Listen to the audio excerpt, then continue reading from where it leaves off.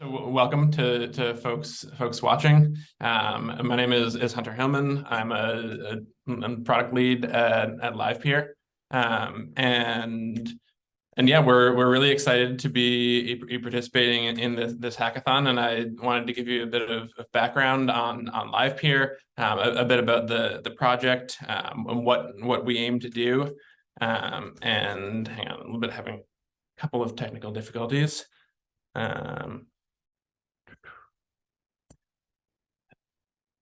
There we go. I had to get my slide notes up. So if you're not familiar with Livepeer, we're building the world's open video infrastructure. The project was founded in 2017, and since that time we've been dedicated to building a credibly neutral infrastructure for developers is to build great video experiences, and for creators to access those video experiences in a way that's not controlled by centralized platforms, and hopefully break the boundaries of the walled garden for video, because I think you see a lot of problems where people and creators particularly are unable to access their content. It's stuck within the confines of a single website or application, and this idea that you can a video can live outside of a single application is really powerful, and something that is really valuable to creators. So why does this matter? First and foremost, video is eating the internet. 80% of bandwidth on the internet is video right now.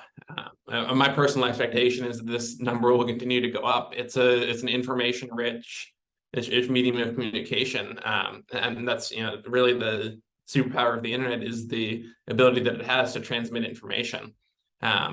It's information dense, it's engaging, it's versatile, and really it's more human than a lot of the ways that we interact on the internet. And for those reasons, I think video is really the future of communication on the internet. And so why does blockchain enabled video matter? First of all, video is really expensive as a thing to transmit and transport around the internet. You run into cases where iPhones and Androids don't necessarily speak the same language. There are browser compatibility questions, and different formats are better for different use cases, different delivery mechanisms, different bandwidth characteristics for an end user device. And this is an expensive process to deal with, computationally speaking, and accordingly, it's also an expensive process financially speaking. This is where to achieve the good experience that users have come to demand from video on the internet, transcoding is a key part of the process. And this transcoding process allows a video that was maybe recorded in one format to be playable and efficient and optimized across a variety of different end user devices, which is really what makes this video accessible, and makes it useful to a broader audience. So that if you're dealing with 2G connections, 3G connections, network drops, different device types, if you have a mechanism to provide a good experience, and to provide this information-rich content that is so important to experiences on the internet. So that leads us to Livepeer. We're a global, open, and decentralized video infrastructure network. Our primary focus over the course of the past 6 years has been on transcoding, and so we've talked a little bit about why transcoding matters, and why it's important to be able to deliver or video in a way that works for users. And so I want to talk a little bit about why it's important that is decentralized. That means that it's always on. It's permissionless. It really ensures that you have a reliable experience to transmit information. This information that really wants to be free. Livepeer in particular it's blockchain agnostic. It's compatible with any EVM chain, Solana, Aptos, etc. And the access to the network is it's via SDK and API. It's not tied to a specific network, which means that it's broadly applicable across this different networks and different development ecosystems. And so what's happening on Livepeer today? Video apps across the blockchain space are integrating Livepeer technology to enable great creator experiences. We talk a lot about how the creator economy is flourishing, I mean, especially in the past few years, and especially in the Web3 space because of the novel monetization and engagement mechanisms that it enables for creators who have historically been subject to somewhat draconian monetization policies from these centralized services. So Huddle01, Beam, Bonfire, LensTube, Orb, Subspace, Doing Good, these are all Corkuma. These are all examples of applications that are using Livepeer to provide a really great creator experience. And these are applications that we're really excited about.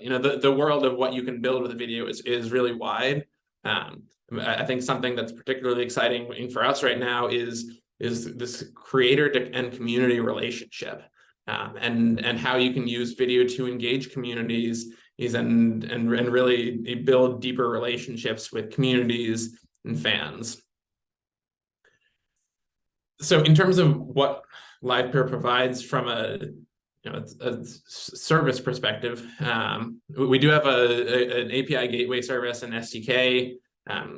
These provide video on demand, live streaming, delivery, recording, transcoding. And currently, we're delivering over 2 million minutes of video a week, and across all of these services.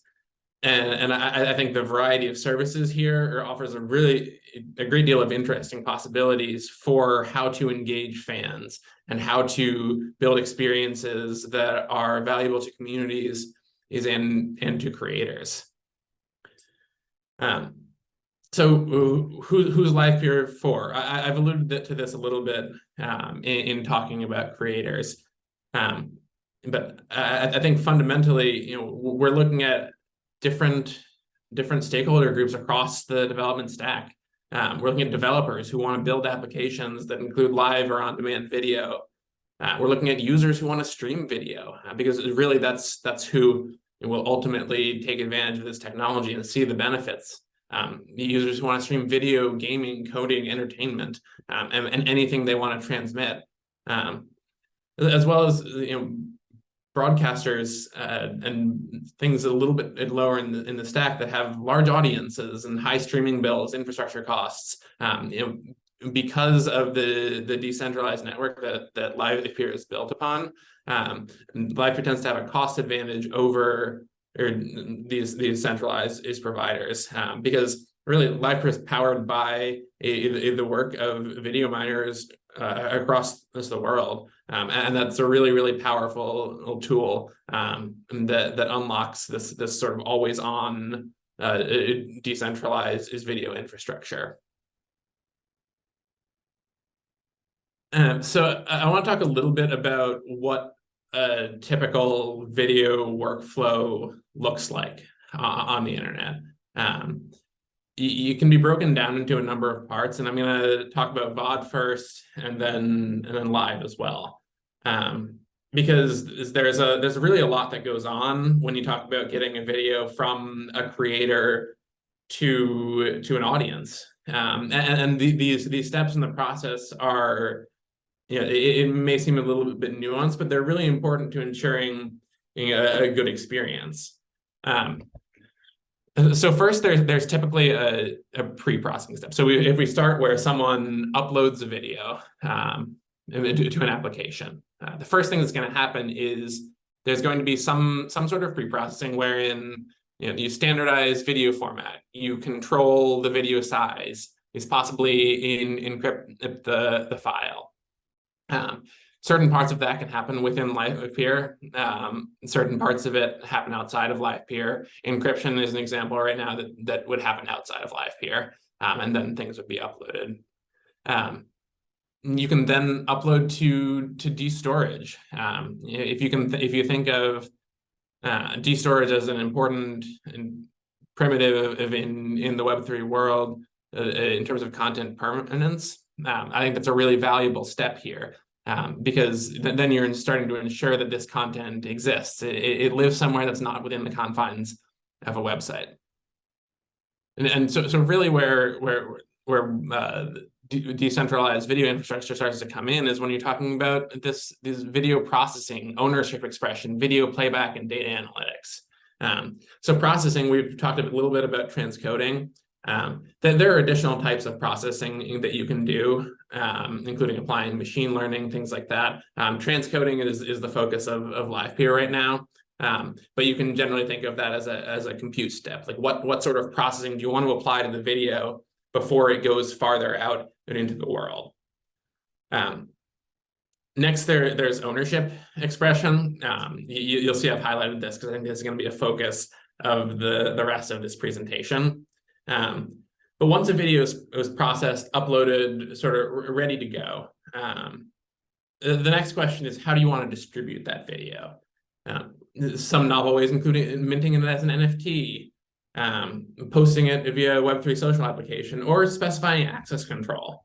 And I think that concept of access control, we kind of commonly think of it as token gating, but access control can be used as a broader concept. Token gating is one type of access control, but really the access control is deciding who can see the video, under what conditions can they see it.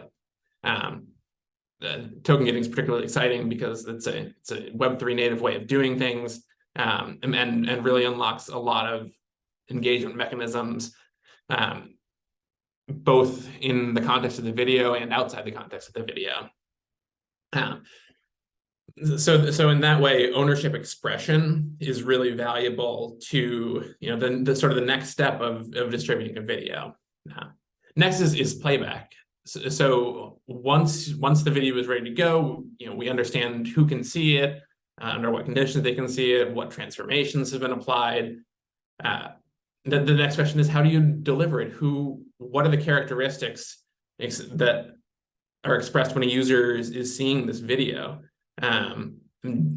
Some of these are really, really nascent technologies. Some of them are tested in true ways of thinking about video. But the real question is, like, what does playback look like? What is the speed at which a user is seeing this video? Is it buffering a lot? And all of these things are really important to sort of the receiving end of the information that's transmitted via video. I'm sure we've all had an experience where you try to load a video on a web page, and it takes forever to buffer. The quality is jumping around.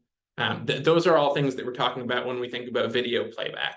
And an important role that Livepeer plays via this process of transcoding is to enable great playback experience. Because on some level, it's tough to express your ownership of a video if your viewers can't view it in the way that it's intended. So there's a lot of ways to think about video playback and a lot of interesting roads to go down in terms of content verification, like who created this video originally? How do I trust that person? But the fundamental point here is that playback is a critical part of the video workflow. So finally, once you played back the video, the follow-up question is, okay, who's viewing it? What does this playback look like? What are the analytics that I can derive around this so I better understand my audience? And I think that's a really valuable part of this workflow. It sort of closes the loop, so that a creator isn't just like putting something out into the ether and hoping people view it and not really understanding what the characteristics of their audience are. This part of analysis is incredibly valuable to audience insights, and even to understanding how the video is performing on a very fundamental level. Oops, went back a slide here. There we go. Cool. So that better wraps up VOD. And so I want to talk about live streaming a little bit, because there are, these are in some ways somewhat similar processes. Like you're dealing with a lot of the same concepts in terms of processing, ownership expression, playback, analytics. I think the main point is that, rather than uploading a concrete thing like you would for an on-demand workflow, you're continually uploading. And there are nuances in terms of how this works, right? Like the lift in terms of broadcasting software is a little bit higher. It uses is different mechanisms, but fundamentally you're pushing a stream of data through this. Processing is happening, and then these constructs in terms of ownership, expression, access control, playback, analytics. Those are sort of sitting on top of this workflow. So they're sort of different sides of the same coin. I think that the distinction between live and VOD is a really useful heuristic for how to think about it, right? Because like go live is a really powerful way for creators to interact with their audience and with their community. And I think VOD is as well. And I think that they really do share a lot of important characteristics when you're thinking about community engagement. And I think in the context of a DAO, this community engagement through information-enriched media is a really, really powerful concept. And I think one where we're going to see a lot of development and over the course of the next weeks, months, and years.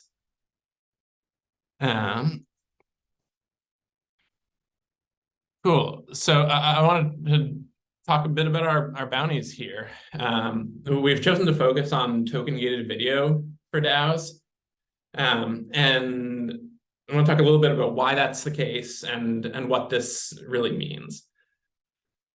So I think we've all seen the rise of token gating and these methods of different types of access control, and we've seen them become really powerful for DAOs, and I think we're going to see that continue to happen simply because it's a really effective way for not only for creators to engage with their audience, but also for DAO contributors to engage with one another.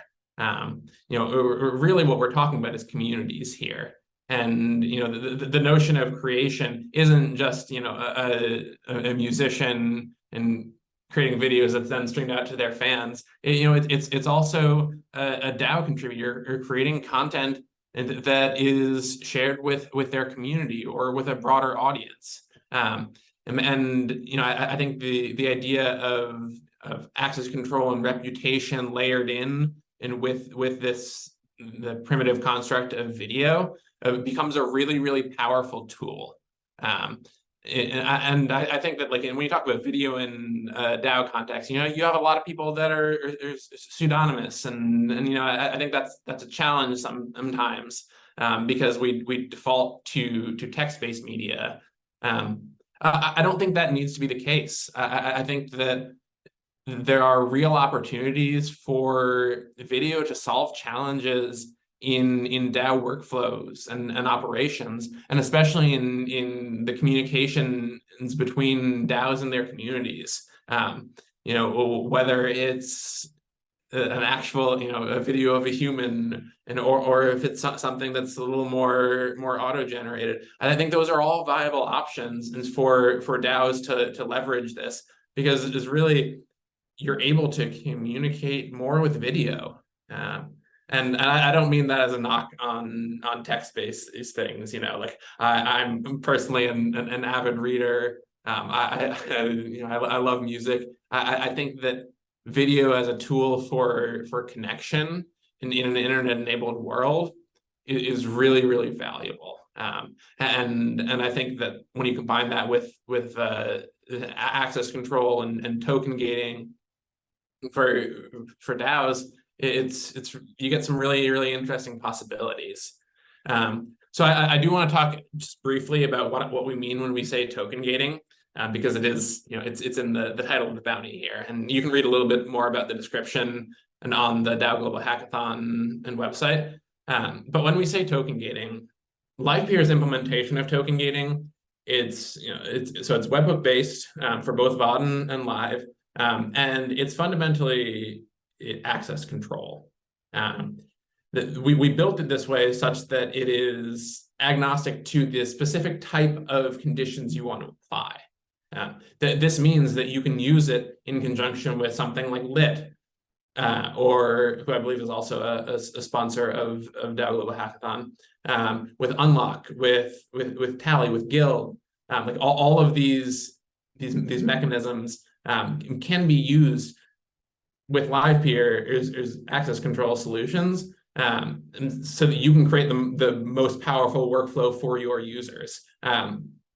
A really nice example of this is, like, there are a number of projects that are sort of bridging the gap between Web 2 and Web 3. And sometimes they struggle with this notion of token gating because they're trying to onboard users who might not have a good understanding of these concepts, might need to smooth over UX. And the reason that our implementation is sort of slimmer and more flexible is so that you can chain together the kinds of access control that work for your community and your DAO. So if, like, there are Web 2 folks coming in that really need a more traditional form of auth, that's a viable option that works with Livepeer's access control, and it would be considered under the purview of this bounty.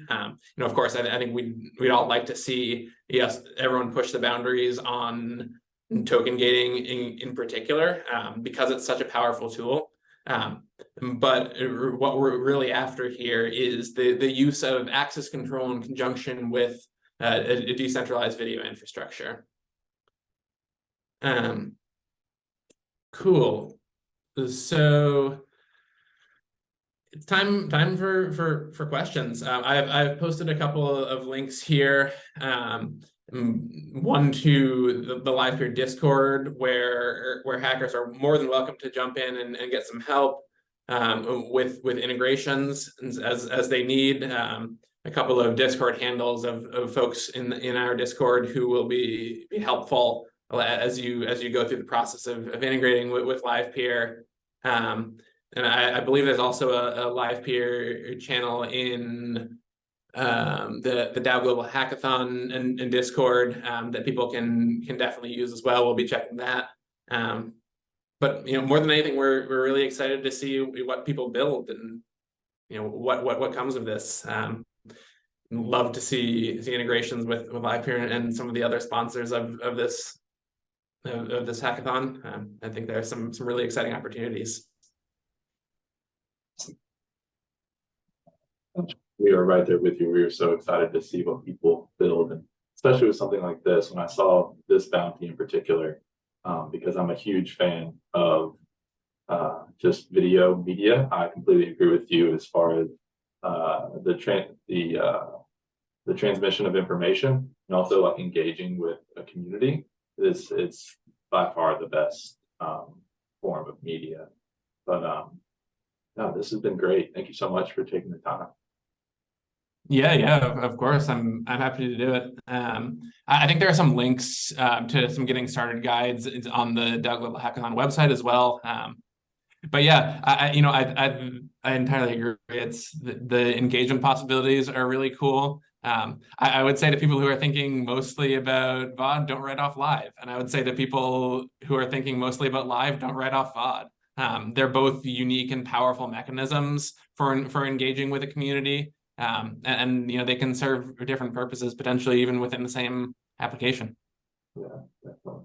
Yeah, and then with the token gating, one thing that comes to mind for me is how targeted that you can get with your video content. So rather than just like putting it out into the ether, you know, you're actually saying like this group of people can engage with my content, which I think is extremely powerful.